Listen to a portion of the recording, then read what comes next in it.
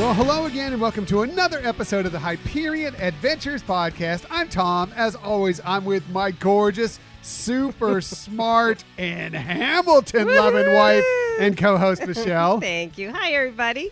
So good to have you with us. We are recording this episode, well, some of this episode, part of this episode on June 27th, 2020. We also recorded a little bit of this episode on June 20th. I think so. So we have an A and a B just in our recording. So, I mean, when you're listening to this, you may not realize that. But if you're actually watching this on our YouTube channel, well, you may notice we're wearing a couple different things. Right. I actually finally got my first COVID haircut, you know. Oh, that's right. It's going to be funny. It's going to see you short hair, and then all of a sudden it's going to flash back to, 5 months of growth. So I love it. Yeah, I so like all the more reason to go watch the YouTube just to see the difference in my hair. Right.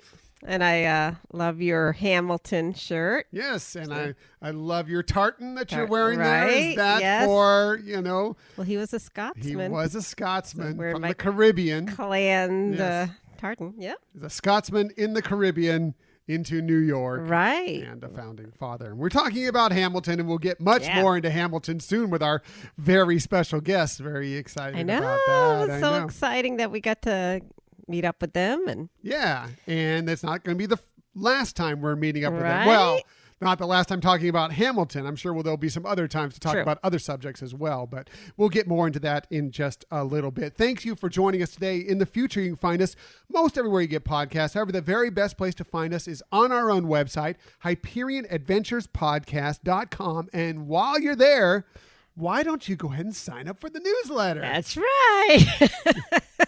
It's a great newsletter. Tom does a really good job of that. And it's just another way of us connecting with everybody and sharing some information. Yeah, that's it. We just want you to be in the know what's happening in the Hyperion Adventures world, whether it be, our podcast, they're currently running, what we've done in the past.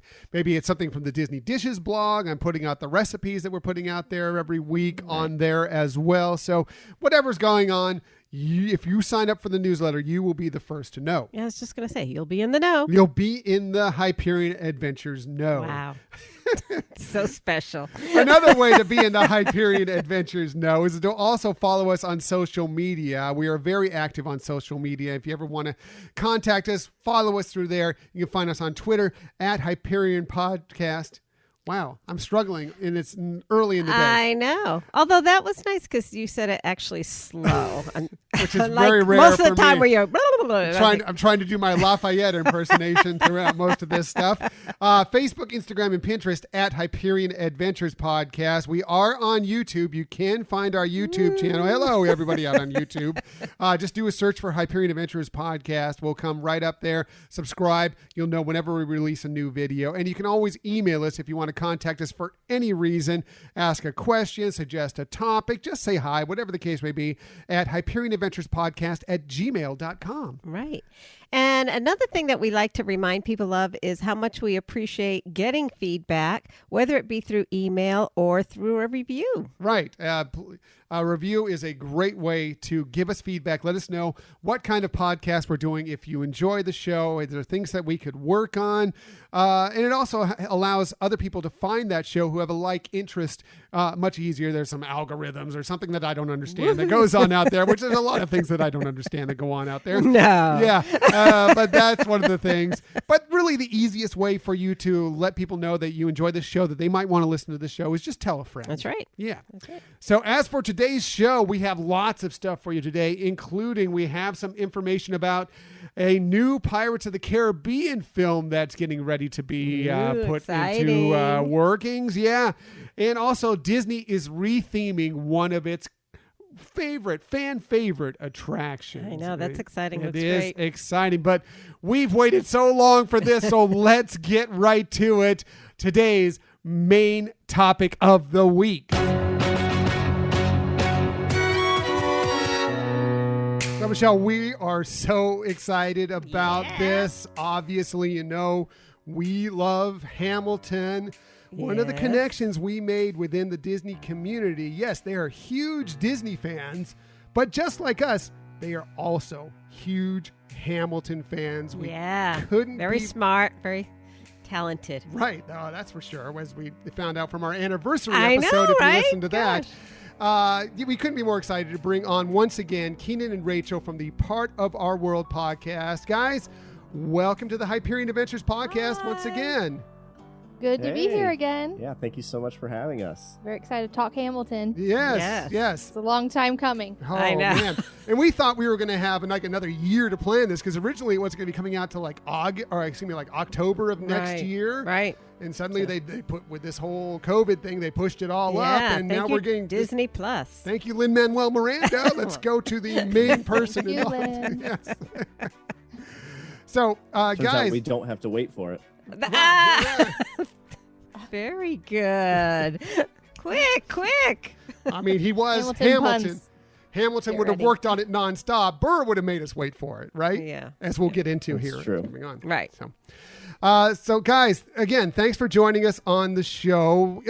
Some of you, our listeners out there, probably know a little bit about you. I'm sure we have some crossover listenership, and you were on our show about 10, 11 months ago doing the Twilight Zone, Twilight Zone at the parks, which was kind so of fun. hard to believe that far back. But just in case there are some listeners out there, who I'm sure there are, who don't know who you are, why don't you tell us a little bit about yourselves, your love of Disney to start off with, and how you decided to turn that love of Disney into a Disney-focused podcast? All right. Well, first of all, if you don't know who we are, you need to go back and listen to the Twilight Zone episode. That was so fun Yes. doing that with you guys. And then we had you on our show to talk Marvel movies. Right. Yeah, that was fun. That was a lot of fun. Yes. Although I can't tell you what episode number that was to take a minute. But partofourworld.net, search Hyperion, you'll find it. So I guess, to keep it short and sweet, since we kind of gave our story last time we were on your show, we started the Disney podcast in 2018 Yeah. because we liked talking Disney and didn't want to annoy people in our lives who weren't as excited to talk Disney, but we needed an outlet to do it. And we had no idea what we were doing, as I think most amateur podcasters are when they get started. So just had a microphone, started recording, had some ideas for shows, and kind of took off from there. And now we're part of this Disney content creator community online that's been amazing and has enabled us to develop friendships with the likes of Tom and Michelle, which has been awesome. Yeah. It I'm has. impressed. It Yeah. has been awesome. I mean, Totally. Keenan and Rachael have become two of our best friends that we've met out there. Although we've never met in person yet, we're still hoping at some point we're going to get out Someday. there. Yes. Someday. Yes. So, but we've loved your show from the beginning. You guys have been big supporters of ours. Right. And if you haven't listened to Part of Our World podcast, definitely check them out. They're usually about bi-weekly. I think your episodes come out. Mm-hmm. And they really do a wide array of topics, mostly talking about the parks, but they also touch on movies. As we talked about, we did the Marvel one with them and everything. So definitely check them out. Now let's get into the important thing that we're talking about today. Let's talk about Hamilton. Yeah. Before we get actually into the topic, tell us a little bit about your love for Hamilton. How did you kind of discover this amazing musical, and how did you kind of take such a big hold in your lives? So I'll let Rachel take the lead here because she actually got me into Hamilton. Ooh. Yeah. So this one of my best friends, Meredith, I think she texted me one day or just told me one day, she was like, hey, there's this musical, and she's like who I look up to as far as musicals. Like, she knows them and loves them, and we enjoy them together, but I'm not as well versed in all of them as she is. But she was like, hey, there's this new musical that has come out called Hamilton. Basically telling me, she's like, I'm going to be obsessed with it and talk about it all the time, and you really need to listen to it because it's amazing. And I was like, okay, I'll give it a listen. And so I would just have it on in the background on the YouTube. They had the whole soundtrack, and so I would just kind of put that on just to see what all the fuss was about, I guess. And this was pretty early on. This was back in 2015 when this was early summer of 2015. So I just had it on, and then it really clicked for me when I heard "Wait for It."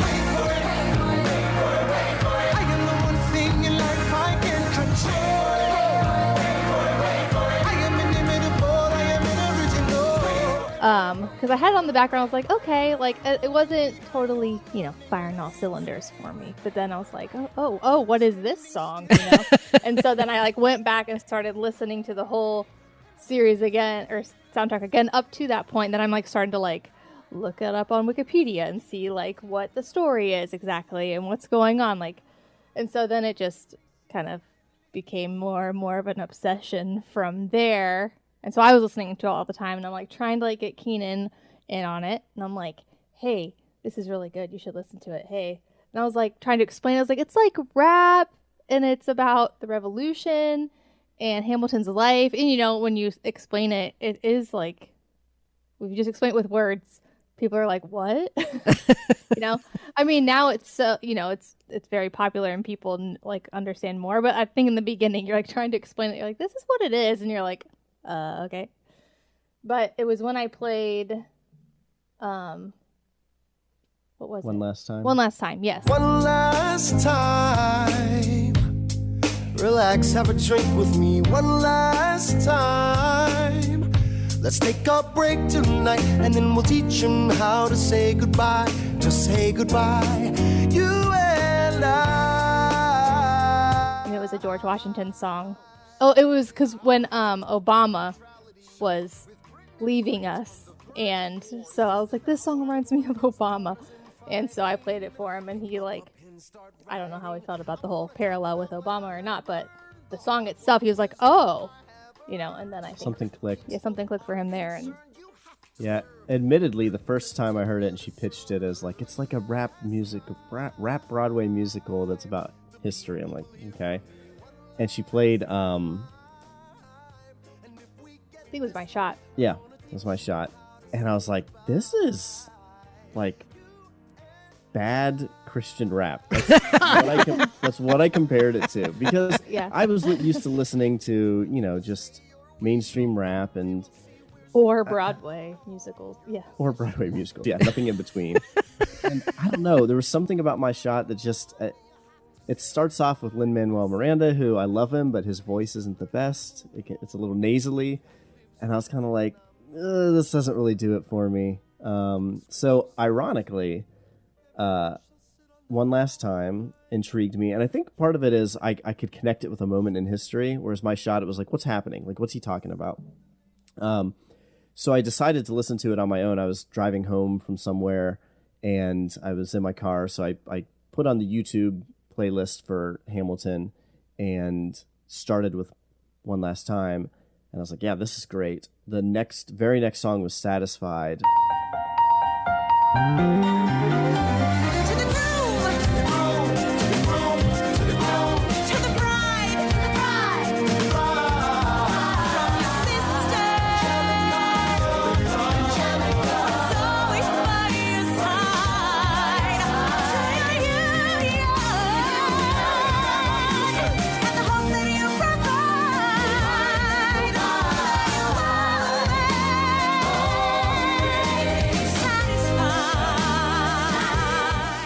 From that point on, I was hooked.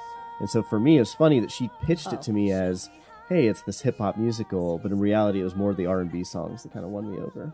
And now, as we'll get into in this episode and the one that we're going to do on our show, the intricacies of the rap is super appealing and one of the main reasons I love the show. Right. Mm-hmm. There are so many levels to this. And yes, we will get that more on your show. By the way, this is a crossover episode. We're going to do mostly a spoiler-free episode, just kind of get you prepped for watching this when it debuts on Disney Plus coming up here on July 3rd.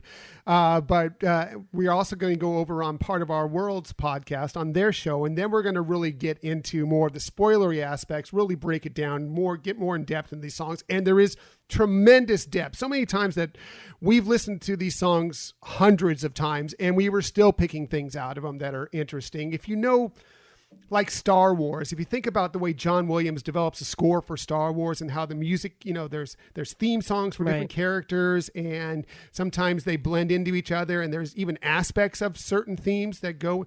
The same thing is kind of true of Hamilton. I think you'd agree, Michelle. Right, definitely would, And I think how, we were talking about certain songs would connect with you and everything. And I know that we've had some of those experiences in real life too. And so, totally get that. These songs can really become a part where you find yourself thinking of them. I sometimes, like if I've listened to the soundtrack for several days in a row, I wake up from asleep and I'm singing Hamilton songs in my head, and it's like, oh my God, it's penetrated my brain. It really does. But it'll do that in a good way. The other interesting thing about it, and you just touched on this a little bit, you guys, the fact that, everybody thinks of Hamilton as being, if you don't know it really well, you think of it as rap, you think of it as hip hop, but there are so many musical genres within it. As you talked about, Keenan, there's a little more soul, there's actual traditional Broadway, there's a little bubblegum, like English, Revolution 60s music involved with it. They're just, it really runs the gamut. And I think it really approaches different people in different ways. I don't know if you guys would agree, Keenan and Rachel. Yes. So one thing is that I have moved to a place where I now teach Hamilton as a unit in school because I liken it to modern day Shakespeare. And that's one of the feedback that I immediately get from kids is I thought it was just X, and it turns out it's XYZ, and they find themselves attaching their interest to certain genres. And it's really funny because you have kids that right off the bat want nothing to do with it. 5 songs in, they're like, this is great, or kids that are pulled into it right away. And then something like Helpless comes along, which is more of like a doo-wop. And they're like, I don't know. It's not for me. So, but there's something for everybody, I think. Mm-hmm. Yeah, I totally agree with that. And we discovered it. We had heard about it, and we was that kind of interesting. And then we saw that it just kind of took fire, and then we found out he was coming to town in San Diego, and we have a subscription to the touring companies that come through San Diego for their Broadway shows. And I'm like, okay, well, we have a subscription. This is coming. This is exciting. We're going to have tickets for it. We should actually delve into this. And so I think I was actually going to get Michelle, or Michelle was already in Florida visiting her mother. I was flying out days later. I had downloaded the whole soundtrack, and I'm listening to it on the plane, and I'm just sitting there going, this is so good. I'm digging this. And then I turned Michelle on to it. Right. Well, I think we also initially saw it on the Tony Awards. Right. And that's true. We're like, wow, this is different than what, you just heard. Oh, there's something about Hamilton that's a hip hop, rap kind of musical. And then seeing, some of the actual performers doing it, in full costume on stage. It's like, wow, this is so different and so amazing that it really captured, I think, our interest. Yeah. I mean, I even heard as I was doing some research for this episode, David Diggs, who plays Lafayette and Thomas Jefferson within the show, he was talking about how when they first approached him, he and Lin were good friends for a long time. They first approached him about doing this, and they're like, yeah, it's this musical about Alexander Hamilton and hip hop. And he was like, okay, he didn't get it, and it was like, and he said, the sales pitch is not great on this show. You kind of have to experience it and figure it out before you find out. I think obviously you guys felt the same thing, right? Right, Keenan and Rachel? Yes. Yeah. I'm glad you brought up the Tony Awards though, Michelle, because, I feel like if you have not seen Hamilton and there's you're listening to this episode and you're thinking, what can I do to see if I like it or not? That would be my one recommendation is, get on YouTube, watch the performance of Yorktown at Tony Awards, and just see for yourself, because it just captures the essence of the musical. Exactly. Yeah. In a single performance. See, we already got a tip from part of our World Podcast. Yay. Keenan and Rachel always have the best tips. Think one for later. Yeah. No, I mean, it really is true. And it really does show off a lot of the aspects of this show that are so great. Yes, the music's great. The characters involved are intriguing and interesting, but even like the lighting, the choreography, the stage, as simple as it is amazing. It really does showcase everything. If you just want to get a small glimpse of it before we get into Disney's Plus version of it, which I'm excited to see what they actually do with this, because a lot of it is going to be some footage we've already seen, but I think they're going to expand on that a little bit. Well, even like in the set, how they used movement of furniture to tell the story or to evoke the feeling of the story. You know, when you're talking about, you know, either things turning upside down or hurricane, and actually how they're bringing furniture onto the stage or taking it off or repositioning it, all supports that emotion that they're trying to display at that moment.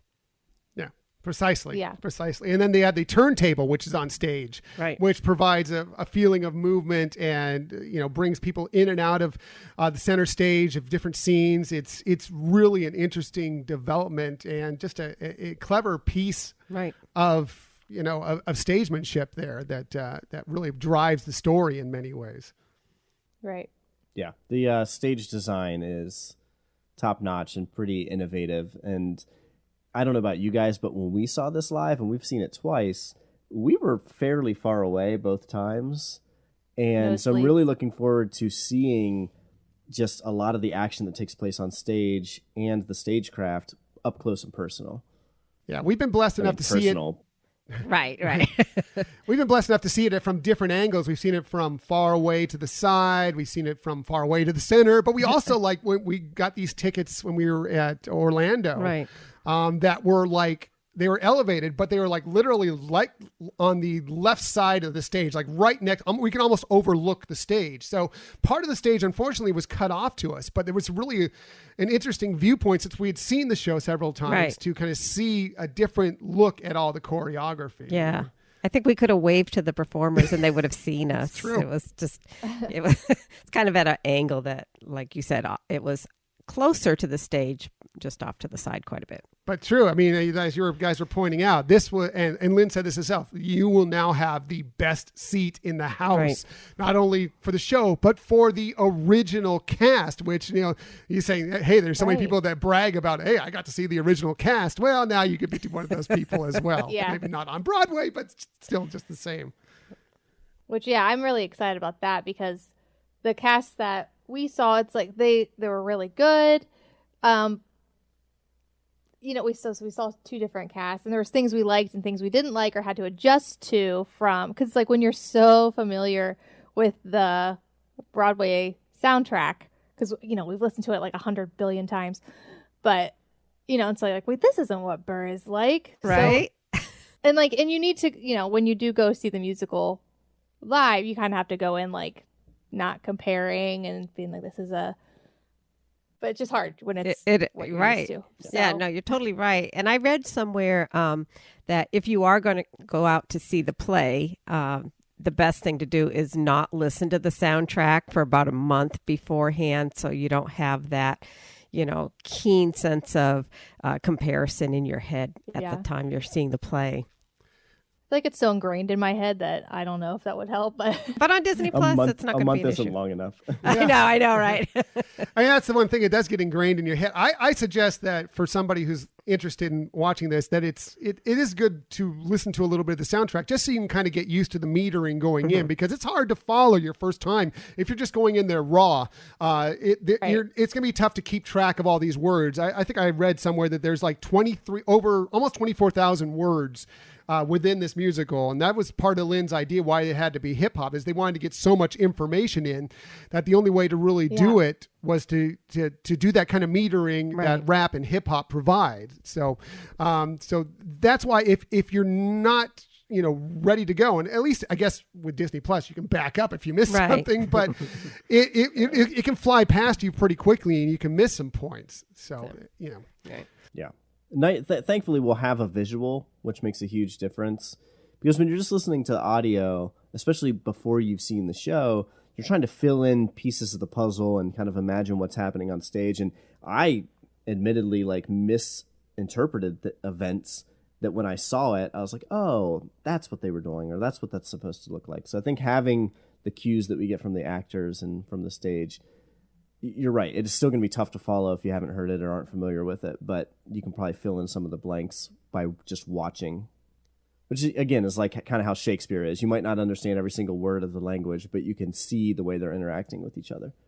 And that was another difference I think we saw from seeing it live versus listening to the recording of the cast album was, the acting that they actually provide. I mean, yes, there is a little acting provided within the cast recording, but it's totally different when you see fully body movements, facial expressions, the stage as a whole out there to take it all in. It's just a different experience, Michelle, right? Much. Yeah. So as we mentioned, this is going to be the original cast, which is exciting. So let's just run through the original cast right here so you kind of know who they are and what the key characters that they play. Okay. So Alexander Hamilton, of course, is played by Lin-Manuel Miranda, who wrote this thing. Yeah. Alexander Hamilton. My name is Alexander Hamilton. And there's a million things I haven't done. But just you wait, just you wait. My man crush, our man crush, and I invited him to be on the show. Our man crush. Right. I keep hoping. Still waiting to hear back from him. There. Maybe he'll come Keep for part hoping. two. I keep putting things out there in the ether, hoping he's going to come back and actually show up on the show, but no luck so far. Maybe someday. Also playing Aaron Burr is Leslie Odom Jr., who is just amazing as Burr. I mean, he has such so an talented. amazing singing voice. Does a great job. Won the Tony for Best Actor and he also has the meatiest part. Aaron Burr is the meatiest part of this musical. I think you guys might agree, Keenan and Rachel. Yes. Yeah, Leslie Odom Jr. is I can't say man crush. Your musical crush? Yeah, sure. I mean, yeah, because he does it. Inimitable. Yeah, he's inimitable. Yeah. He's just so good in this role, and I feel like none can compare to him. But Burr is such a complex character. It's like you sympathize with him, but you you're kind of like, ugh, this guy at the same time, But yeah, there's so many layers to him, and I know we're gonna talk about it later. But the way he contrasts with Hamilton, it's just it's so rich, his character, and just the way it all plays off one another. Yeah, and I know this is a spoiler-free episode, but as we have learned from history, Aaron Burr is like the villain in the story. So when you said, Rachel, that you have sympathy for him, like that really matters. Like he's such a complex, deep character, and I am convinced after seeing off-Broadway performances or traveling performances that no one will compare to Leslie Odom Jr. Like he is the Aaron Burr. Right. Exactly. I agree. He is the best Aaron Burr, and we'll get into another character here or actor who played the character that I think so far is the best one in that role we've seen. But getting back to Burr, I think we can go ahead and give away the spoiler that yes, he is the villain because they give it away in the first 3 minutes of the show that he's the one who shot him. It's also been given away in Got Milk commercials from years ago. So you kind of know going in that Aaron Burr is going to end up being the villain when it's all said and done at the end of this thing. It's just how do you get to that point, which is really, really interesting. Right. So going through the rest of the cast, Eliza Hamilton, who is also one of the Schuyler sisters, played by Felipe Sue. I'm going to go by Pippa from now on because she likes to go by Pippa and it's easier for me to say. Angelica, another Schuyler sister, played by Renee Elise Goldsberry. Just amazing in that role. And when you get to Satisfied, so good that song is. So good. And Peggy, and who also plays, there are a couple of cast members who play dual roles in this. And Peggy, and Mariah Reynolds is played by Jasmine Cephas Jones, and she has an amazing singing voice and does a great job as well. And those are the Schuyler sisters, another huge part of this musical. I've been reading Common Sense by Thomas Paine. So men say that I'm intense or I'm insane. You want a revolution, I want a revelation. So listen to my declaration. We hold these truths to be self-evident, that all men are created equal. And when I meet Thomas Jefferson, I'ma compel him to include women in the sequel. Work! Look around. Michelle, I know you love the Schuyler sisters. I do love the Schuyler sisters. I love every time they are on stage. I just feel so drawn to what's going on with them. And like you talked about, the actress that performs two different roles, and yet in the play, you don't get distracted by that. It's not like, oh, I remember seeing her do something else. No, she really is able to distinguish herself in each of those roles. Yeah. It's so good. And she is really, really talented and has an amazing singing voice. I mean, she's actually kind of underused in in this film. Or film. I guess it Right. will be a film in this show. But I do think when she comes on, she packs a wallop on stage. So, Oh, yeah. moving on through this, Lafayette and Thomas Jefferson, again, playing dual roles, is played by David Diggs, and it's another meaty performance. He wins a Tony Award as a essentially best featured actor, best supporting actor for that. John Lawrence. He's one oh, sorry. Go ahead. I was going to say he's one that's hard to live up to as well, I think, because he just has such a unique voice and presence about him. It's like, I think we've seen, the ones that we saw live were fine, but yeah, I feel like we're going to get the best of the best when we see this on Disney Plus. Right. I'm really excited to see him. I mean, just the way how he can rap and everything. It's just like, how can he get his lips to move like that? Right. I know that sounds really ridiculous, but I mean, he is just able to, evoke so much in such a little bit of time. Yeah, there's some of this triple timing rap that he has to do that it's amazing that he can get through these portions. It's stunning that he can rip these things off. These so many words in such a short time.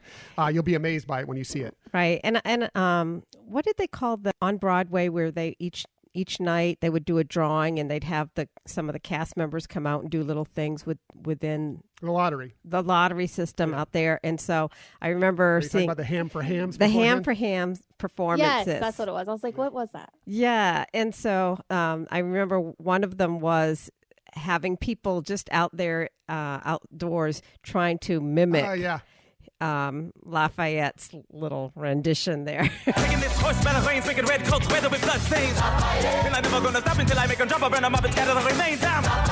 Watch me engaging them, escaping them, and rating them out. I go to France for more fun. I come back with more guns on ships. I've tried many times. I cannot do it. I can't. It's really I've cool. practiced. I was trying earlier today. I want to hear it. Okay, now we got to hear it. Come on. No, I can't. That's okay. I understand. I can't do it either. I don't blame you one bit. So he knows what to do in the trench, ingenuitive and fluent in French, I mean. So you're gonna have to use them eventually. What's he gonna do on the bench, I mean? No one has more resilience or matches my practical, tactical brilliance. You want to fight for your land back? I need my right hand man back.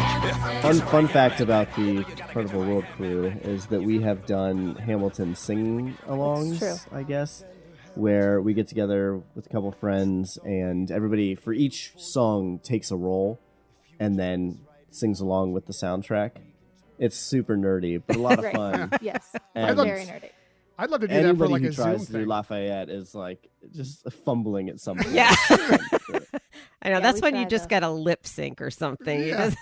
just- We should get together some night and do a Zoom meeting with a Hamilton Yeah. sing along. I think that'd be a lot of fun sometime. We'll have to work on that Yeah. once people have been able to experience it Right. on Disney Plus and kind of get to I'll know tell it a you, little better. you pick your roles in advance and you spend some time practicing before the big night. right. I would imagine. So that's really cool. I love that. Yeah, I great think we need idea. to put that into play for sure at some point.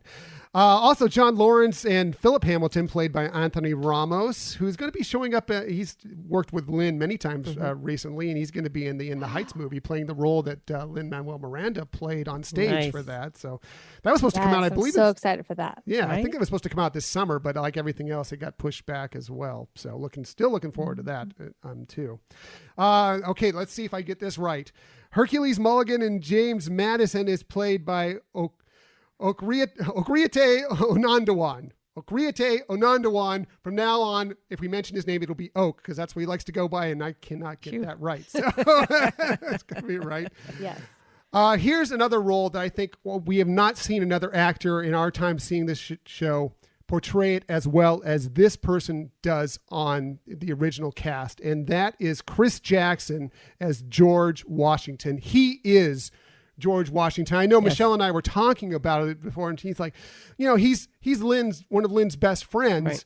Right. I'm surprised he didn't ask him to play Burr. And I'm like, but look at him as George Washington. Like, he commands the stage. He is the general. He is the founding father out there when he's on stage. And I just think he's amazing. I don't know what you guys think. I know you haven't seen the original cast mostly, but you've probably seen some of the clips of him playing that role. What are your thoughts on Chris Jackson as George Washington? Well, we may or may not have seen a bootleg version that exists. So. Well, we may or may not have as well. So Yeah. totally agree with your description there of commanding presence. And his voice, like I said, One Last Time was the song that won me over. And it's really like the way he carries out the end of that song. And unparalleled George Washington. I agree. Also, the singing voice of Moana's father. That's true. Oh. Yeah, you didn't know that? No, I didn't. Yeah. Actually, a lot of the cast of Hamilton, because when they were writing Moana, Lin was still in the cast of Hamilton. So a lot of this was done at the same time. So he would bring the cast in to kind of help him with some background. They did some demos of some of the songs that were in Moana. A lot of them kind of took part within that show. And even in the credits, it thanks the cast of Hamilton within Moana. Oh, I never saw that in the credits. Yeah. But I love it. Disney tie-in. Yeah. So finally, King George is played by Jonathan Groff. You'll be back, time will tell. You remember that I served you well. Oceans rise, empires fall. We have seen each other through it all. And when push comes to shove, I will send a fully armed battalion to remind you of my love. Another Disney tie-in here. Yes, that's Kristoff from #RealMenLoveFrozen. Yes, Keenan's wearing the shirt. It's so beautiful. And it's funny for those of you who have not seen Hamilton or know nothing about Hamilton, it's a little odd that King George appears in this because there really is no point. He shouldn't be there. Right. Lin will even tell you he shouldn't be there, but somehow it just works within this show. And every time King George is on stage, he steals the show. It is the funniest portions you're going to see on the show. Michelle, I know you agree with that. Right. I remember the first time we actually saw the live performance and he came out and I couldn't help but laugh. And I thought, I don't remember laughing when I was hearing just the soundtrack, but he's hysterically funny. Mm-hmm. I mean, did you all feel that? Yeah, I think it's just his little, it's just the little mannerisms or just the, I don't know if it's like a dry sense of humor, but just I don't know. Yeah, there's the sarcasm in the song. It's the tone of the song, his mannerisms, facial expressions. The shoulder shrug. Yeah, and we've seen it where he's doing other stuff on stage in other songs, not even his songs. He'll come out and kind of do stuff, and it's comic relief. Right. It really is. And, he's only on the stage for something like 13 minutes total, something like that. And yet he got a Tony nomination for it. As a matter of fact, the actor, and I'm sorry, his name escapes me right now, that played that role in London, actually got the Olivier Award, which, it is, a British monarch. Right. So, okay. But still, that shows you how important this role is, how impactful this role is, even though he's only on stage for 13 minutes. Michelle. Right, exactly. And just, kind of reflecting on what you were saying before too, and we might be hopefully touching on the theme songs and, the sound of the music associated with him, which has that kind of like Baroque music is just so interesting how they kind of tie that all in with this character. Right. It's kind of Baroque, but it's also kind of very bubblegum, like I said, British invasion pop. Right. Yeah. It's thing, just kind of the type of instruments. Yeah. Yeah, it's a really cool mix, and we'll get a lot more into part of our Worlds episode on the music, but really good stuff. So let's talk a little bit about the theming of this show now. Now, we talked a little bit already about Hamilton and Burr and how they contrast each other so much. It just really is fascinating to dive into them. Hamilton, what you're going to find out in the show, is the person who goes after what he wants. He nearly died in the Caribbean, had to write himself out. You're going to hear all this backstory in the very first song, by the way, of how he got to the U.S. It's all laid out there for you.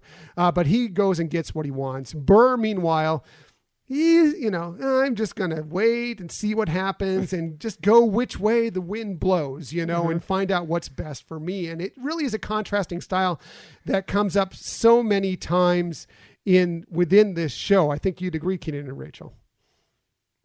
Yes. And I imagine this will be one of the heavier topics for part 2, but yeah, the contrast between Hamilton and Burr, and I think it's just is, again, so deep. You could really dig into it. I do a whole, when I teach it, it's like a central part of the unit. I feel like you could write a whole essay on. Yeah, you could probably write your dissertation on it, Yeah. That's a good point. Yeah. That's a good point. But Well, I it liked is- how Rachel talked about layers. Sorry. I was saying I liked how heard- before that, how you talked about the layers in Burr. And Yes.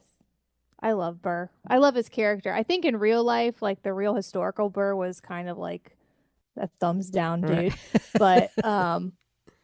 But you really just have, I don't know, a love and sympathy for his character. But it's so, I think it's because like I can kind of identify, I'm more of like a Burr type personality, at least in the show. Where it's like I do, I am more conflict avoidant. I kind of want to roll with things and see how they play out and survey the scene. Where it's like Hamilton is like, just not throwing away a shot, impulsive, and isn't afraid to offend anybody. But it's like, it comes down to a moment, in their life, and it's just like how, I don't know, important each moment is for them and for us, and Yeah. Lin-Manuel Miranda's on record as saying something along the lines of when he was researching for this, he noticed that how much of parallel lives they lived, and yet because of who they are, they made kind of opposite decisions in this most pivotal moment, and that's the climax of the musical. Yeah. right. Yeah. So Which we will delve Right. into on your show for sure. But I think, one thing, just begin with, I think the best villains are ones you can sort of relate to in some way, shape, or form. I mean, the ones that are just totally off the rails, maniacal, crazy, or whatever, a lot of times they just seem one-dimensional, and you just can't really... They just don't strike a chord with you. But people that you can like, okay, I can see his point of view a little bit.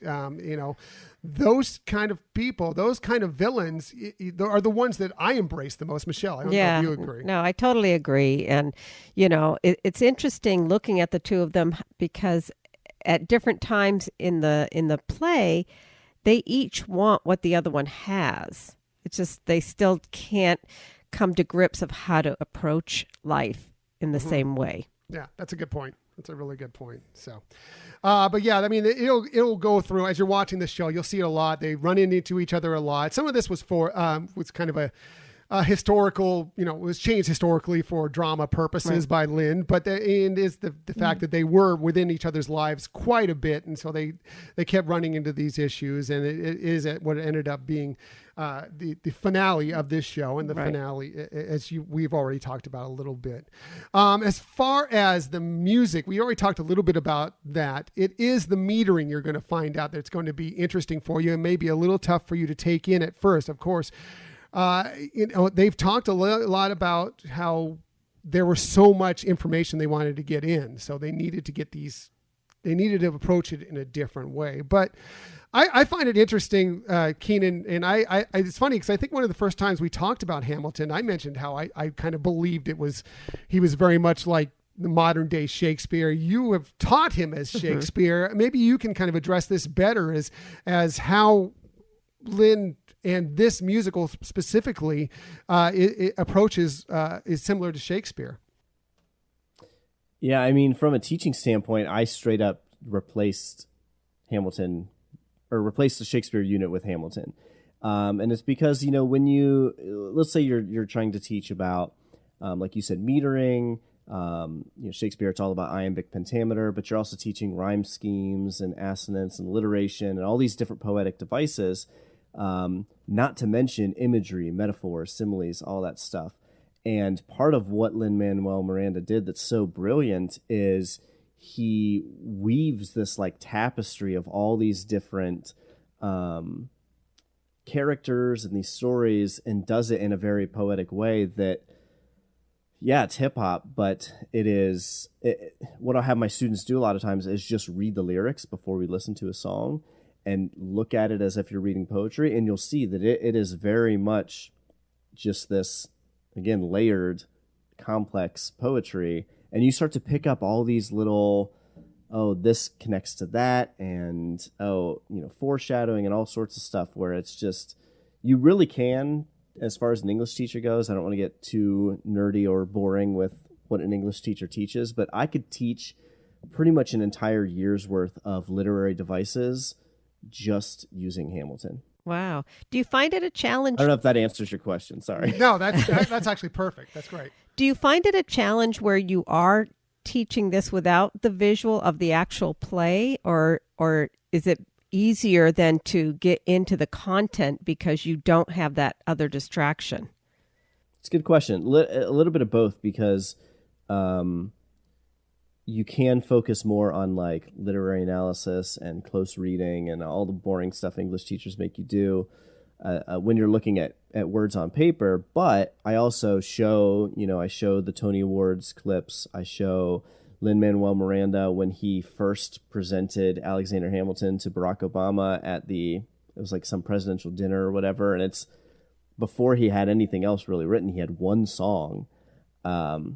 So I'll show them that. I'll show them when the whole cast performed for the president, other interviews and things like that. Lots of pictures. So they can put visuals with the lyrics, but we're never watching it while we're listening to it. Right. Does that make sense? Yeah. Totally. So I kind of get to do both. Nice. Right. Nice. Very cool. Yeah, I mean, and the one thing that if you haven't seen or listened to the soundtrack at all, I mean, the whole story is basically there's very few just regularly spoken dialogue within this. It's all within song, within hip hop, rap, soul, Broadway tunes. The whole thing is basically musical. So even different than many musicals in the fact that usually there's some sort of acting that's some dialogue that's not sung, but that is not going to be the case when you're watching Hamilton. So just so you know, going in, you kind of have to prepare for that when you get ready to go into this. I want to talk a little bit about George Washington here and how he played. When you watch him on this, yes, he's the founding father, but he is also Hamilton's kind of surrogate father within this. We're recording this actually on Father's Day. Or just before Father's Day, but it's kind of interesting when you watch him how Hamilton lost his father, or his father left him, I should say, very early on in life. How George Washington kind of steps in and tells Hamilton every once in a while, like, hey, slow down a little bit here. You're going a little crazy. You got to mellow out. Let me tell you what I wish I'd known when I was young and dreamed of glory. You have no control. Who lives, who dies, who tells your story? Which is one of the key themes that goes throughout this entire musical. And also, remember, history has its eyes on you. Another key portion, and that comes from Washington, mostly talking to Hamilton. Right. Yeah. I mean, you can tell that it's Washington is always driving a lesson. And the interaction is also very much like a father-son, because Hamilton isn't always on board with what Washington is trying to tell him to do or his decisions. He's trying to prove himself, and he doesn't necessarily always see eye to eye, which, again, kind of goes with that father-son relationship. Yeah, and we'll get more into that too as well on their show when we get really in depth into it. But it really is something to keep an eye on as you're watching the show. That not only is Washington the quote unquote father of our country, but he was very much Hamilton's father in this play. And it's really, really interesting. One thing I want to talk about here going on when you watch this is know that yes, a lot of these characters are the founding fathers, yes, but they all have flaws and they all come out within this show. And I think we're seeing a lot of that play out right now during these times. As a matter of fact, it was interesting, a quote that was in Hamilton's America from Daveed Diggs that I want to play really quickly, talking about Thomas Jefferson. You don't have to separate these things with Jefferson. He can have written this incredible document and several incredible documents that we all sort of with things that we all believe in, and he sucks. I think those are both true, and those have to be both true. I think we really have to stop separating them, because that's where you get into trouble. That's when you stop letting people be whole people. So, just an interesting point, because that's one of the characters he plays, and he had to wrap around the fact that Jefferson is a slave owner, and that comes into play within this musical as well. That he's not a perfect person. Yes, he wrote the Declaration of Independence. He's done all these amazing things, but he was also, a terrible, terrible slave owner. He treated people miserably. And this goes for all the characters. I don't know what you guys think about, the interesting depth that they provided for some of the, I know I'm sure we'll get more into that in your episode too, but just kind of to touch on it for people who are about to watch it, Keenan and Rachel, what you thought about the depth of all these characters and showing that they're not perfect. Yes. It's definitely intentional that Lin-Manuel Miranda cast, aside from King George, an entire cast of people of color. And that there's rich political statements being made in the play that are relevant today. And this is something I love about it, right? It's about the late 1700s, and yet it's relevant today because of the way he chose to tell the story, the things that he chose to focus on. And yeah, you're fighting for independence and all these other things, but like people are still fighting for a different kind of independence today. But at the same time, by giving these characters these kind of inherent flaws, or historically they have these inherent flaws, it makes you kind of just not fully sell out to their ideals, So I don't know. It's hard to explain without going too much into it, but there's modern issues being raised by the, characters who existed historically in the past, and taking some liberties in how they're portrayed as well. Right. It's true. There were some dramatic liberties taken in this, but I mean, most of these things that they're talking about with these characters are true. Jefferson, was a slave owner. We all know that, but he also did these amazing things to build this country, you know? So it's just a weird position to, what do you think about him? You know, it's a weird position that our country is in right now, and that it's in. I'm sure we'll delve more into deep in this, but just know that, as much as this portrays, this is a story celebrating Alexander Hamilton and these people, they're going to show this movie, this play shows that he's not a perfect person, and none of this cast is perfect. And that includes, I was just talking about George Washington as the founding father. It shows that he's not perfect as well. So moving on, I just want to talk about one other thing as far as the cast involved, and that is the ensemble itself. Now, as you're getting prepared to watch this thing, just know that the cast, yes, they go out there, they do a wonderful job dancing, they do set up props, but they also act many times as the conscience within this play. I mean, a lot of things that they're shouting out or singing out from the, kind of in the background is acting as these characters' conscience, or what they are wishing their conscience, because they don't listen to them often. So, but it's just an interesting thing involved in the songs. I don't know what you kind of think about the ensemble and the way they're portrayed within the soundtrack and within the play itself, Keenan and Rachel. Yeah, I love that. I love that I think I knew that they acted as the conscience, but like describing it that way, that's like kind of gave me chills for a minute, because it's like, that is true. It's such a rich ensemble, and they're so talented too. And but yeah, I think they add so much to the story, which you can hear when you listen to the soundtrack. But just like seeing the way they interact with the main characters and how they do, like Michelle was talking about, with the props, and just adds that full picture and so much depth to what is going on. Right. It's like very subtle, like your conscience is subtle. And so how some of that comes through in their behind the scenes kind of acting or songs and things, it's just a subtle layer to it. Yeah. Again, and we'll talk much more about this coming up. I'm more feeding into what's coming up, but I also want to tell people, look, when you watch this, you're going to get it in, you're going to take it in a first time. But when you watch, when you listen, the more you're going to watch this. You're going to take in different things. You're going to see so much more in this. That's what I'm trying to, and that's why I'm also trying to sell part of our world show when we go on with them, is because there is so much more depth to this that we can get into eventually, that you're going to find on further viewings, on further listenings to the cast soundtrack, Michelle. Right. No, I totally agree with that. You know, and again, just if you listen to the music, the soundtrack, watch the performance, it's an amazing experience that you live through with that. And so even if you do that, you're going to have a great time with this performance, would be what I would sum it up like. And there is one other cast member that's kind of part of the ensemble that I want to point out to you, and that is the person that plays what's called the Bullet. Okay?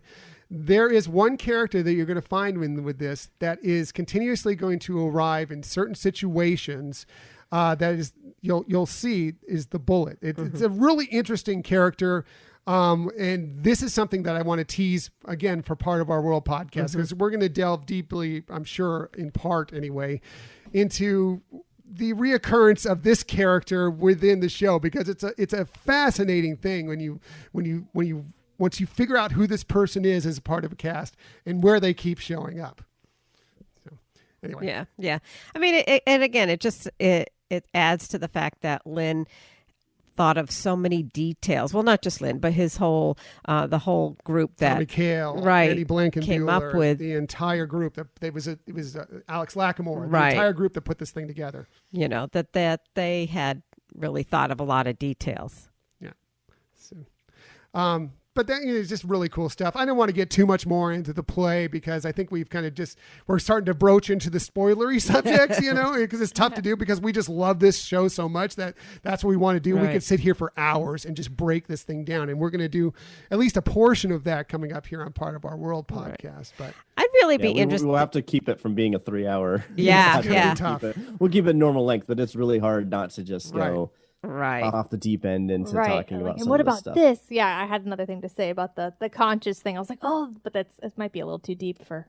Kind of makes me want to watch it with somebody who's never seen it before. And I know your tip from a couple weeks ago, Tom, to listeners is to listen to it before you watch it. But I would love to sit and watch it with someone who's never seen it before, and then a song like "Burn" comes on, and I'm just like, what do you think? What do you think? Right, yeah. It's funny because I was thinking the same thing. I was like, could you do that as a Zoom meeting, and kind of do a watch party with somebody else who hasn't seen it yet? I think it's going to be easier to do it with Disney Plus than it is as a stage performance. One, it's tough to get really good tickets, where you can really see everything going on, as we all know. So, and also, when you're there and you're paying a lot of money for this thing, and it can go by really quickly when you haven't studied into it, you don't really know what's going on. You could kind of feel a little lost at times. You could feel like you're drowning within all these words that are being spat out at you at times. Whereas when you're watching it on Disney Plus, it's going to be presented right there in front of you. And if you miss something, you could back it up, or you can rewatch it or whatever. So I think it's going to be a lot easier for people, and they don't feel like they're scuffling. Because I've heard some people that most people love it. I'd say 95% of the people that go see the show that I've heard, they love it. But I have heard some people say, I just couldn't keep up. I just couldn't understand what was going on half the time, and they got lost in it, and so hopefully I was sitting next to sitting next to a person at our first performance, and he King George came on for the first time, and he was just like, everyone's laughing, and he was something you won't have to deal with when watching it on Disney Plus are people talking through the performance, or if they do, you can why is he doing that? He was like, I don't get it. Why is this funny? Blah blah blah. And I was like, I'm going to strangle you right now. Right? I'm trying to. It's like I'm seeing this for the first time, and I'm like, and his wife's like trying to explain it to him. Like, oh my gosh. So if you need time to pause and reflect and ask your person questions, it's okay to do that. In the comfort of your own home. Yeah, in the comfort of your own home, and not, the girl next to you won't want to punch you in the head. Right.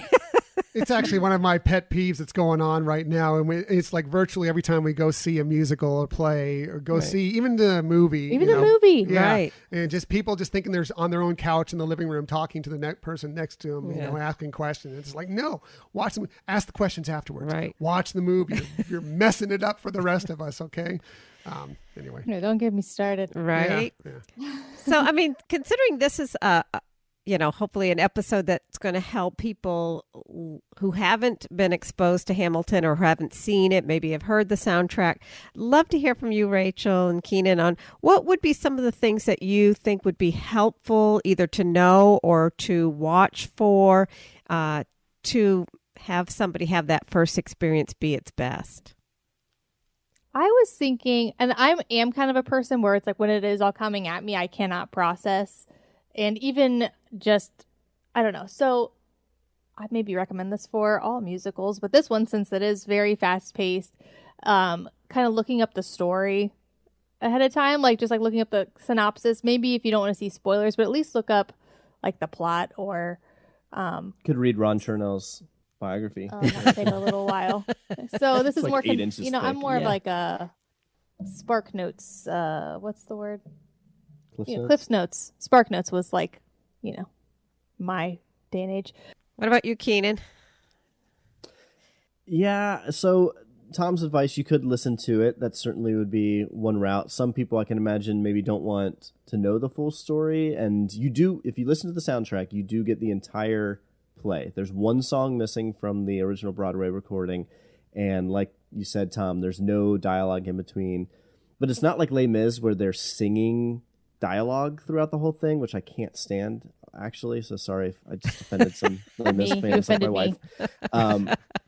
So I don't know. So maybe if you're in that boat, again, the teacher in me coming out, what you could do is just familiarize yourself with the characters. So starting with this episode, I think if you're listening and you're intrigued, but you have no exposure to Hamilton, you're in a great place.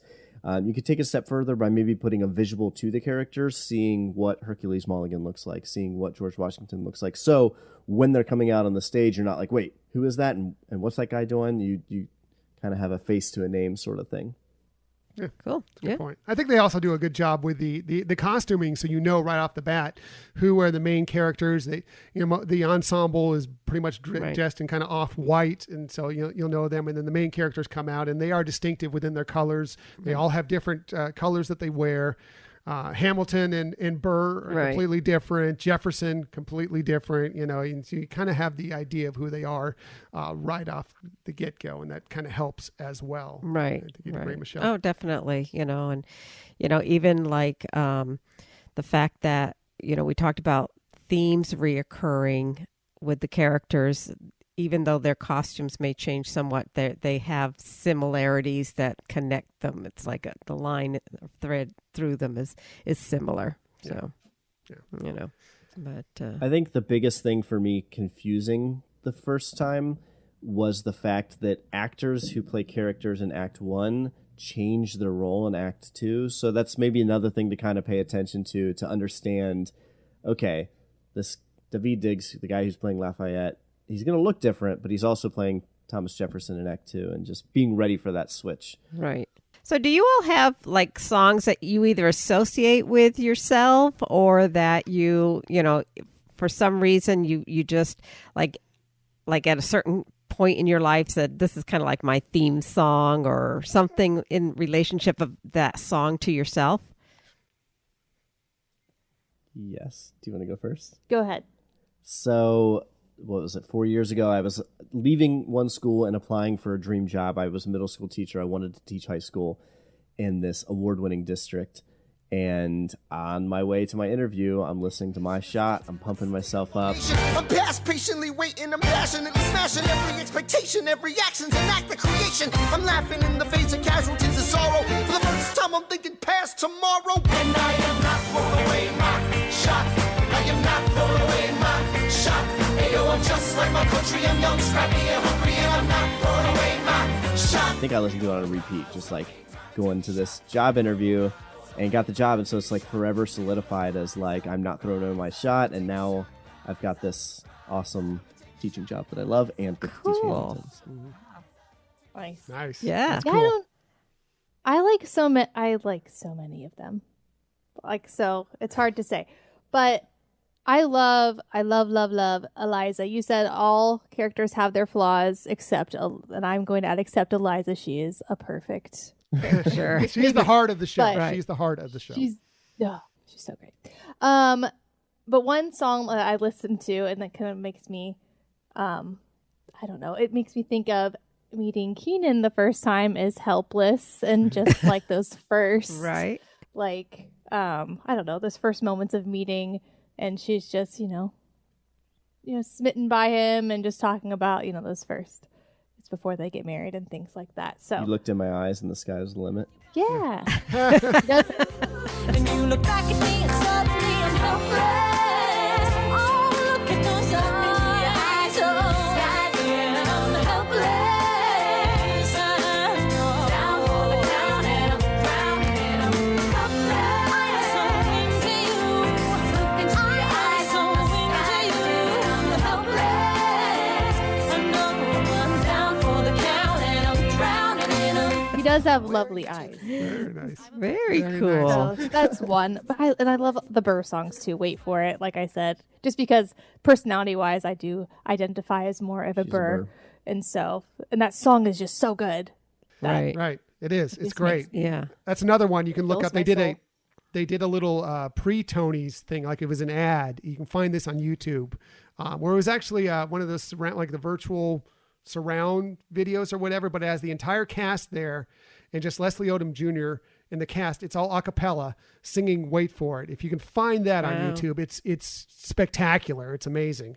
Definitely try and check that out as well. Michelle, what about you? Well, it's funny because I had kind of opposite but same kind of theme as what Keenan was saying. I was actually going through a struggle with something in my life with work, and I actually found solace in that one last time, and that, what can I do for myself first of all to feel, that I've done something that, even though it didn't turn out the way I thought, it still had some merit to it, and really changed my reflection on not being as hard on myself, but to say that we're going to be we're going to make mistakes. We're human, and it's long as it's not the majority of our time, then it's okay, and you can survive past that. Yeah, it's a good point. So, Really yeah. good point. What about you? Well, I wish it was nonstop. I am not nonstop, unfortunately, for myself. But that grew, by the way, just talking about songs, Nonstop grew to be one of my favorite songs within this. I always thought at one point that Yorktown should have been like the closing number for the first act. But then the more I listened to Nonstop, the more I realized it's unbelievable and it is the perfect way to end the first act. And, Right. we'll get in more into that. But I think it's Room Where It Happened. No one else was in the room where it happened, the room where it happened, the room where it happened. No one else was in the room where it happened, the room where it happened, the room where it happened. No one really knows how the game is played, the art of the trade, how the sausage gets made. We just assume that it happens, but no one else is in the room where it happens. I always want to be in the room where it happens. The room where it happens. The room where it happens. Unfortunately, I like you, Rachel, I'm a little bit more Burr than I'd like to admit at times. But that is one thing, is like I want to be in the room where it happens all the time. And another show-stopping number. It's so Right. good. Such a good number. So I have another I guess question. Lin-Manuel. Oh, sorry. No, go ahead. Lin-Manuel Miranda had a tweet, I guess, to Leslie Odom Jr. He's like, "Happy birthday, Leslie Odom Jr. I gave you all the best songs," or something. That's true. There's some truth to that. Yeah. You're going to give the best voice, the best songs. I mean, Right. it should just make sense. Right. So if you were on in your car, short drive, one song from where you're starting to your destination, which one would you play from this play? Oh my goodness. Do you have one? Yeah, off the top of your head? Yorktown. Yeah. We gotta go, gotta get the job done, gotta start a new nation, gotta meet my son. Take the bullets out your gun, the bullets out your gun. We move undercover and we move as one. Through the night we have one shot to live another day. We cannot let a stray gunshot give us away. We will fight up close, seize the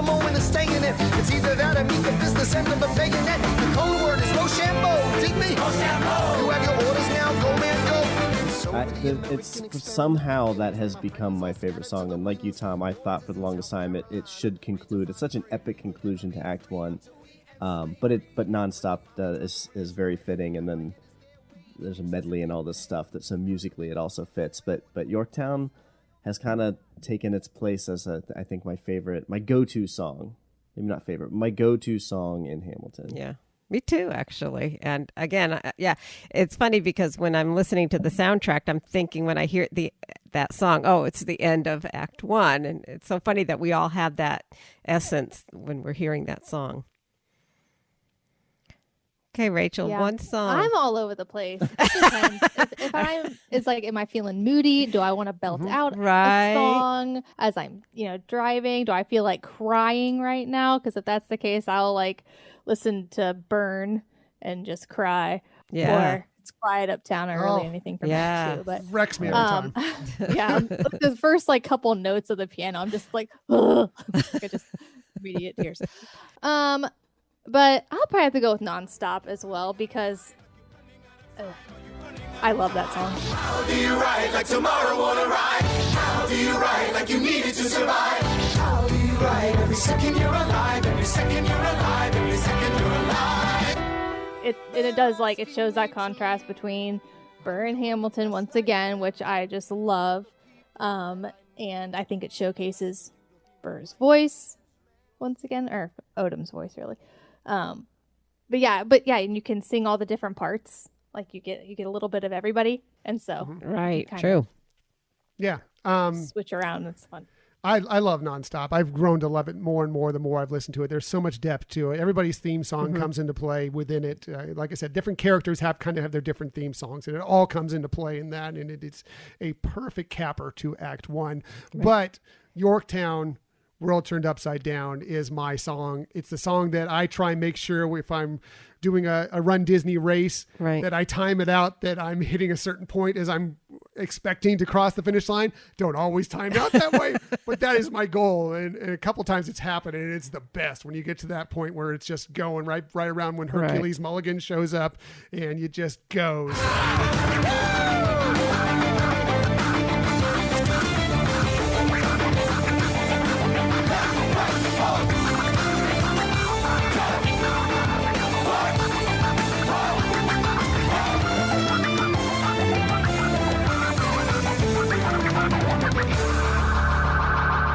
Is a phenomenal number. It's a showstopper. It drives the crowd, just goes crazy. I hope this is the one thing I hope from Disney Plus is that a lot of times when you get these stage to screen presentations, you don't get the crowd involved into it. And I do believe that the cheering that happens at certain points within this show adds to it. The immigrants, we get the job done. The cheering that goes on during that, some of those moments. It brings it up, and the cheering that happens in the middle of Yorktown, it just makes that song even that much more. But I love it we listen to the soundtrack and I love it just the same, but being there, seeing it live, it just takes it to another level personally for me. It's funny you were talking about chills over here. Right? When you're talking about listening to the music during running, when I'm running, just in preparation for a race, I actually start with the soundtrack from Act 2 because when I'm running, I tend to go faster than I need to, and then I get worn out. She's always trying to figure out what did she miss. Yeah. So I like going with that because it slows my pace down at the beginning, so I'm not all out of energy at the end of the run. That's a good point. Yeah. Anyway. Well, we've taken too much of our time so far already today, but this. I have one more. Oh, you song. have one more. Sorry. What's your little kitty's favorite song? For a while, he would request "Da Da Da," which is any King George song. Right. Yes. Remember that when he was He's 2. Right, because I got into it right when he was born, and so he grew up in those very early years. Brought him up the right way. Dear Theodosia is also very close. Oh yeah, right. Oh yeah, he loved that one too. Yeah, so we would sing that to him before bed and stuff like that. But he get in the car, he'd be like, "Can you play Da Da Da?" And you do your nowadays. He's not as into Hamilton these days, I would say. Yeah, but we'll get him. She says that we just haven't been playing it as much. but I've been listening to it lately, and I was running some errands with him earlier today, and when we were going to Home Depot, and when we got to the parking lot, I turned off the car, and we were listening to, I think it was Alexander Hamilton, and he's like, "Wait, can we finish the song?" Oh, Very adamant. Very that cool. nice. That's cool. That's So awesome. he's still a fan. Yeah, that's awesome. We just need to Acclimate him. before we sit him through the 3-hour show. I mean, we were actually the same way. I mean, I think that we were listening to it like every Saturday. I would listen to Hamilton for the longest time. That was my Saturday tradition. I would listen to the whole thing. Michelle would be somewhere else. I'd be in my chair, ugly crying when Quiet Uptown comes out. You know, and, I'd be running. yeah, at you the know. park. And so it was just kind of this thing. And then after we weren't seeing shows for a while or whatever, it kind of drifted away. But over the last few weeks, knowing that it's coming back to Disney Plus, knowing we were doing the shows, we've been playing it more often. Just the other night, we have on our DVR Hamilton's America, which was a PBS special that they played, kind of just exploring the show. Right. Came on. It just brought all that more excitement rushing forward Yes. again. I cannot wait for Hamilton to debut on Disney Plus on July 3rd. I'm Right. just so very excited for it. So, guys, thanks so much for joining us for this. Everybody, please stay tuned. We are going to be also delving more deeply into Hamilton. I know Yes. we've touched on some deep subjects already, but there's a lot of layers to this that we didn't even broach. We can't wait to join you guys, Keenan and Rachael, on Part of Our World podcast and really break it down. Yes, limiting ourselves to 40 minutes, an hour, whatever is going to be difficult, but we're going to do our best. Please tell our listeners where they can find your show and how they can follow you on social media. So, thank you. Everything under the sun can be found at partofourworld.net. You can get all our shows. My travel agent stuff is on there. But you're not going to interact with us very much there. If you want to, you can find us on Twitter at POOW Podcast. And on Instagram, we are Part of Our World Podcast. And Facebook is also Part of Our World Podcast. Nice. And we'll post all those links in our show notes Right. so that people can find them easily. And so if you haven't subscribed, which you should have already subscribed Right. because they do a great show, but if you haven't subscribed, where you can find the next show that we're doing on Hamilton, our crossover episodes, right, Michelle? Exactly. Yes. So, guys, we've taken up way too much of your time, although we could talk with you for hours about Right. Hamilton. So we'll just have to wait until Yeah. your episode and talk some more. So thanks again for joining us here on the Hyperion Thank you Adventures so podcast. much. Yeah, thanks for having us. Can't wait for part 2. What's your name, man? Alexander Hamilton. So there you have it, our look at Hamilton, at least the beginning look for I those of you, know. just to kind of get you indoctrinated in what Hamilton is. And boy, that was fun with Keenan and Rachael, wasn't it? They're always a blast to talk to. They really are. They're such wonderful people. And as we said, we're so appreciative of them joining us. And hopefully you all have found this to be helpful in preparation, especially if you haven't seen, the play before. I can't tell you how excited. It's palpable in this household. How excited I am for Hamilton to I be think on both of Disney us, Plus on right. July 3rd. Video clips have been coming out, just short little things. I put it out on Twitter. I watched this little 49-second clip that they put out, and I already picked out 2 things in it, at least 2 things that I did not notice when watching it Wow. live. So it just makes me wonder how many things are going to blow my mind when we see this thing Right. like front and center on Disney Plus. Right. And, it's great going out to a play. It's really fun and exciting, great date night. But to know we're going to see this, one, best seats in the house, and also with the original cast. So it's not like, oh, gee, are we going to have a stand-in, which we've talked about how that, was something that we've experienced. So this is so exciting that it's going to be like perfection. Right. I couldn't be more excited about it. So Really? yes, Couldn't tell. As you could tell. Couldn't tell. As you could tell. For weeks, for months, for years now, I've been very excited about this. And we will let you know when we get to that second part of the Hamilton crossover episodes with Part of Our World podcast. And as soon as we figure out when that's going to drop, we'll let you know. We'll post all the links everywhere. There'll be links to Part of Our World podcast in our show notes here. So you can check them out for other shows as well, but Right. definitely for when we drop the second part of this crossover episode. You got it. Yes. So let's get to our Disney stories of the week. We always have so many Disney stories, and this week is no different. I'm going to start with the fact that we had some really big news this week in Disney, and that is that they are reimagining one of the most popular attractions, both at Disneyland, but also at the Walt Disney World Resort. I know. This is awesome. It's going to be wonderful. Love the theming. So I'll let you announce it. Yeah, so this is straight from the Disney Parks blog, as it usually is. They say, we are thrilled to share a first glimpse of a project Imagineers have been working on since last year.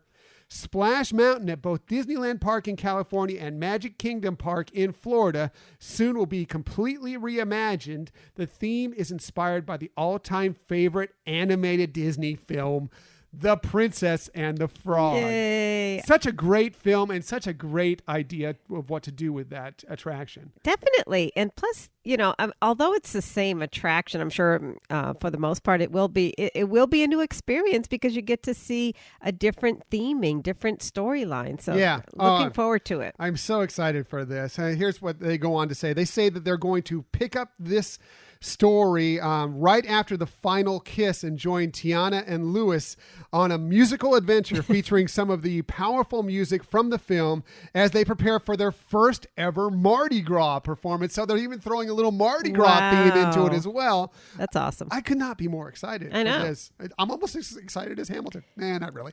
But I'm pretty excited about this.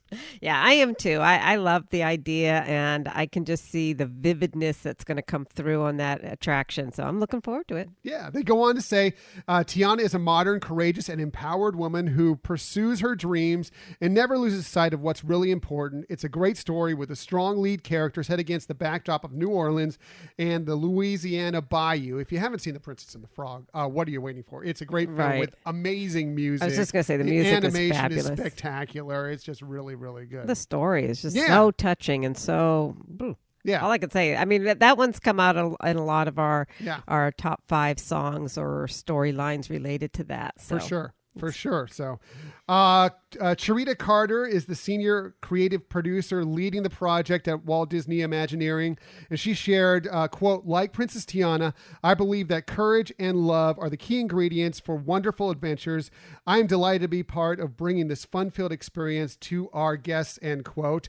The voice of Princess Tiana and Tony Award-winning actress Anika Noni Rose, who, by the way, this didn't come up in today's episode, but when I was doing some research on it, when they were workshopping the show, she actually played, I believe it was Angelica in the workshop, which I didn't know. So even another Disney tie into this. Sure. Anyway, going back to the story, Anika Noni Rose shared, quote, it is really exciting to know that Princess Tiana's presence in both Disneyland and Magic Kingdom will finally be fully realized. As passionate as I am about what we created, I know the fans are going to be over the moon. The Imagineers are giving us the Princess and the Frog Mardi Gras celebration we've been waiting for, and I'm here for it, end quote. I'm getting teary-eyed. I don't know why. Great. It's exciting. It is. I love it. I love that theme. Love the story. Yeah. Obviously. Oh, I'm really thrilled for this. The artwork, the why can't I think of the name of it? The artwork for what it's going to look like the storyboard. Right. It looks spectacular. The tree that is where the flume comes down at, and it's kind of like this barren tree now. They're making it looks like it's going to be like a full tree with lightning bugs in it and stuff. It's going to, I'm sure it'll be spectacular at night. I just couldn't be more excited. This is going to look great. Well, it'll be a nice addition at Disneyland too, to New Orleans Square, and kind of sharing some of that tie-in together. So exciting. Yes. That's the one thing people questioning on, yes, it kind of ties into New Orleans Square at Disneyland. They're like, well, does it tie into Frontierland at Magic Kingdom? I'm like, well, does it really matter? I mean, it's going to be a great attraction. I'm looking forward to it, and it's going to be awesome. As of right now, they say there's they have not announced any time as to when they're closing officially and when they're reopening yet, but I'm sure they'll keep us well informed on what's going on with that. So, moving on, we received some casting details for a new Pirates of the Caribbean film this week. That's kind of exciting. Yeah. Looking forward to that. Yes, this from Variety.com. Margot Robbie will star in a female-led version of Pirates of the Caribbean for Disney with Birds of Prey writer, who of course, Margot Robbie starred in Birds of Prey as well as Harley Quinn, with writer Christina Hodson on board to write the script. Disney is in early development of the entitled project that is being developed separately from another Pirates of the Caribbean reboot that was unveiled in October with franchise veteran Ted Elliott and Chernobyl creator Craig Mazin hired to develop that story. However, Jerry Bruckheimer, who produced all 5 Pirates movies, is attached to produce both the Elliott Mazin and the Robbie Hodson projects. So that's great news. Yeah, so it's going to be under the same person who's led all the Pirates of the Caribbean movies so far. Of course, Robbie received an Oscar nomination earlier this year for Bombshell and portrayed Sharon Tate in Once Upon a Time in Hollywood. She will also reprise her role as Harley Quinn in James Gunn's upcoming Suicide Squad sequel. So she's been out there doing some great things. And now this Pirates of the Caribbean movie, very excited. Of course, very few details about it. We're just getting some casting announcements. But still, we love the Pirates of the Caribbean franchise. We just kind of love that world that they live in. I think it's going to be exciting to see what they do with this. Definitely. And it's always fun and exciting to hear about upcoming things. And I think right now that's really great. Yeah, me too. So just one more quick story that I want to get to. Unfortunately, Disneyland's reopening has been pushed back a little bit, undetermined time right now. They are still keeping Downtown Disney opening on July 9th, I believe is the date. They said that the problem was that because California's trying to figure out how they're going to get through this phase 3 opening with some of the outbreaks we've had recently, that they won't find out about that until after July 4th. And because of that, that's too little time for them to know how to tell cast members, to inform them on how to, to perform all the functions they need to perform up to California health standards. So rather than try and rush this thing, they're going to just push it back a little bit. Unfortunately, it won't be open, as Michelle predicted, on the anniversary date. But better to be safe than sorry. I'm glad that they're handling these things the best way, as Lee Cockrell told us several episodes ago that they would. When Disney says it's right, it's probably the right time. Right, and to make sure everybody is as safe as they can be. So that's, although it's disappointing news, it's for the right reason, for a good reason, and we're happy to see that, like you said, as Lee said, the Disney company is really working closely with the officials that can really help guide for a safe and fun opening. Right, and or reopening. Reopening, yeah, and they just want to make sure everybody's on the same page, and on the right course, and I'm sure when it gets done, it's going to be magnificent, and we're excited for it. So that's it for the Disney Stories of the Week. However, we never leave you without some sort of tip that might help you on that eventual next vacation, whether it be when Disneyland reopens, Walt Disney World's about to reopen, Disney Cruise Line eventually will get back going. Run Disney will eventually get back going. And we want you to be prepared for all of that. So we like to give you a tip every week. And we always start with Michelle. One, because she is the Eliza to my Alexander Hamilton. But also she has the very best tip. So let's get right to it. Here is Michelle's tip of the week. You're so sweet. So I've talked about this issue in the past related to traveling with kids, especially in the park, and the potential of getting separated. And actually, this is kind of a part 2 of some of the things I've mentioned in the past. And it came to mind actually with the issue that people are wearing masks, and for kids, with everybody around them wearing masks, it's hard to really distinguish people. Even your own family might be harder to distinguish, And so having some things that can help them or help others, help your children if you do get lost from, if they get separated from the group. So, one of the things is, again, since masks are in place, is maybe having something distinctive on your mask, a little symbol that everybody in your family has the same little symbol on it, or wearing something in your head that again can set you apart. It's kind of like when you go to the airport and you're trying to find your luggage, and there's like a million luggage that come out looking like your own, and just putting a bow on it can help you find it quicker. So again, think of your child and, pointing it out that, hey, this is what, we have on our mask, or this is what I have in my head, or whatever. And the other thing is for your child. So if they're a pin trader or like to wear a lanyard, you could put your cell phone number in there, that in case a cast member, is trying to help reach you, it helps them find you quicker. If they're not carrying a lanyard, you could do something like in their shoe tag, or, on their shoelace, have something there as well. But again, just things that would help your child find you and a cast member find you. Yeah, I love it. It's a great idea. And I really love when you were bringing up the marking on the masks. We so many times families go to Walt Disney World Resort, Disneyland, whatever, and they all get these custom shirts made, like first family trip, or, so-and-so family vacation, or whatever. There's so many of these people that do that now that are making custom masks so you can put things on them. Why not, just go ahead and, you're going to have to wear the mask anyway, play along, have some fun, and have it be, the so-and-so family, vacation mask or whatever, True. And then, yes, your kids can find you that much easier because they know what those masks look like. Right, so that's a really good point. good tip. Really good tip. Thank you. Michelle always has the very best tips. You're sweet. And it's helpful that even if you're not at one of the Disney parks, just if you're anywhere, out in the an mall, area, whatever, exactly, park, anything. Yep, definitely. Good tip. Thank you. Tips, always the best tips. Oh, you're sweet. Yours? My tip, well, this week is all about Hamilton, as it should be as we lead up to it. Actually, the whole group of us, you, me, Keenan, Rachel, we gave you many tips on Hamilton this week. So I'm going to let those just lay and just say, listen back.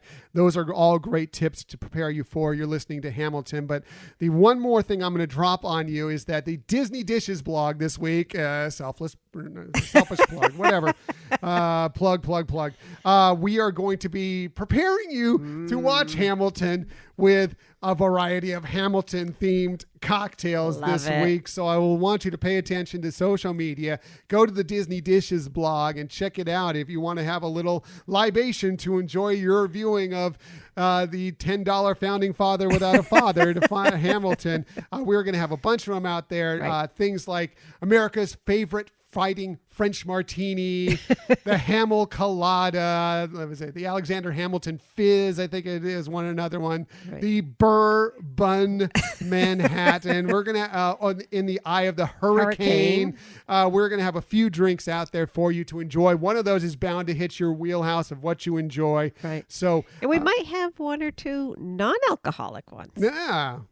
Really? Why? No. A lot of these can be made into virgin versions of these, or we may have some non-alcoholic. I have an idea for at least one.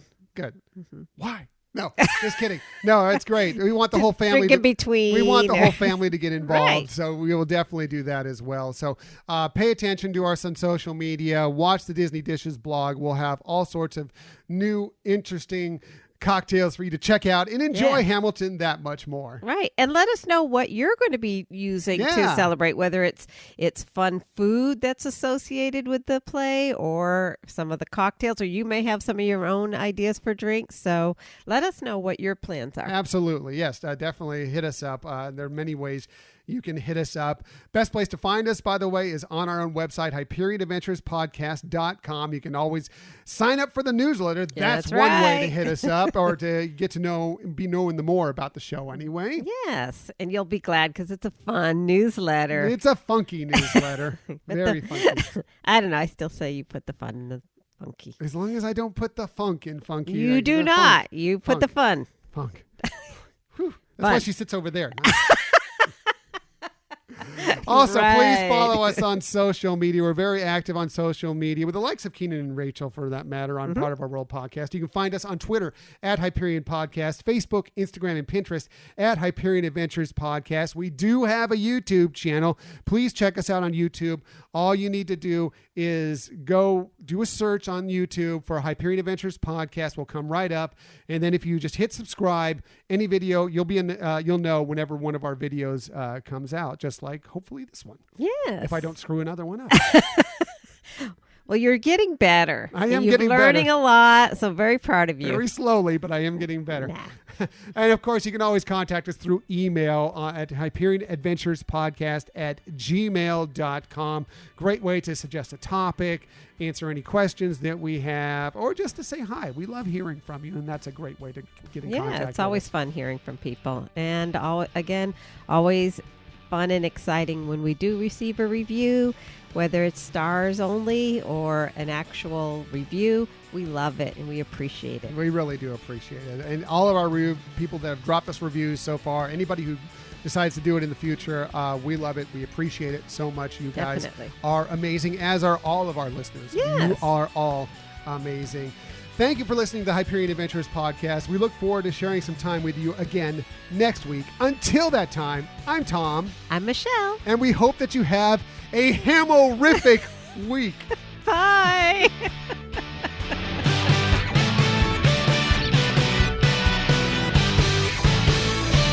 So what did I miss?